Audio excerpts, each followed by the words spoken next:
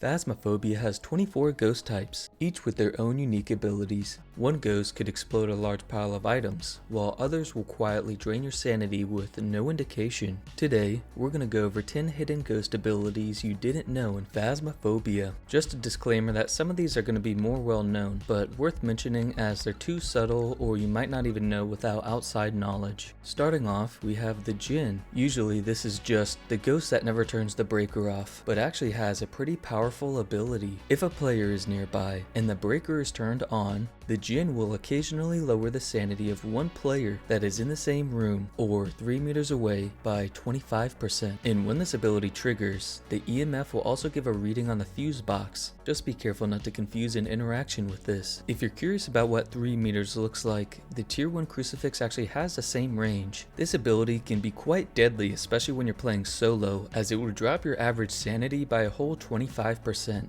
Next up, let's talk about the Moroi, as it has a very unique interaction with an item. I'm sure most of you are aware of the Moroi curse, which doubles your passive sanity drain, but did you know that both the spirit box and the parabolic microphone can curse a player if you either get a response or hear a ghost noise? Taking sanity meds will get rid of this curse, but did you know that during a hunt, if you take sanity meds, it will immediately cause the Moroi to slow down? You might have seen this next ability and not fully understood what was happening. The Phantom is the hard to see ghost and disappears when you take a photo of it. It also has an ability where it can pick a random player and travel to their location. It doesn't teleport to the player like a wraith, and it's not as often as something like a banshee stalking a player. This next one is not necessarily lesser known, but is worth mentioning for newer players. You actually can see Goryo dots in person, well, kind of. You can hold a video camera and stand just outside the ghost room. If it's a Goryo showing dots, you'll see it on the video camera, but not see it in person. Honestly, I just hate Goryos. If I'm ever suspicious of one, you'll catch me just waiting in the truck for a while.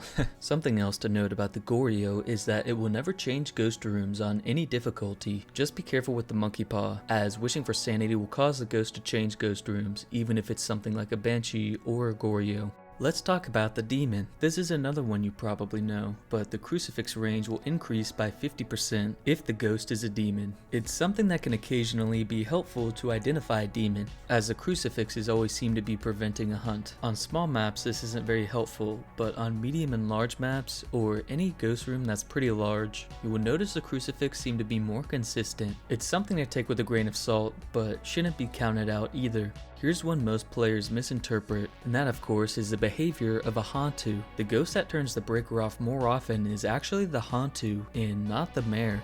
I feel like most players don't know this, and I know it would make sense for the Mare to do so. Just remember that the Mare will interact with the breaker normally just like any other ghost.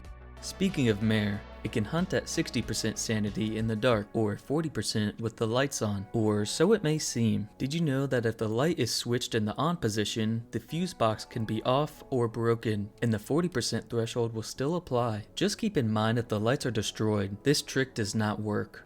For the Revenant, I want to go over a few different things. The Revenant will speed up when detecting a player, and not necessarily just when it sees you. So if you're holding an electronic item that's turned on or talking in game chat. It also does not have line of sight speed up, and what I mean by that is outside of its ability, it will not continue speeding up with line of sight like most ghosts in the game. A fun fact is the tier 3 medication will temporarily give you infinite sprint. Taking one will match the top speed of the Revenant for 10 seconds. On maps like prison or high school, unironically using the tier 3 sanity to escape a ghost is actually pretty useful.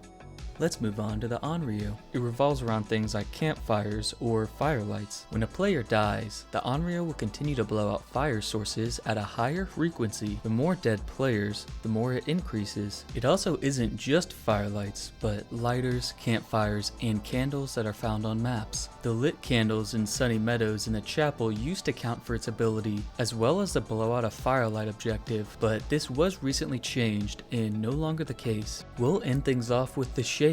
This isn't necessarily an ability, but something worth noting for its behavior that I find is often overlooked.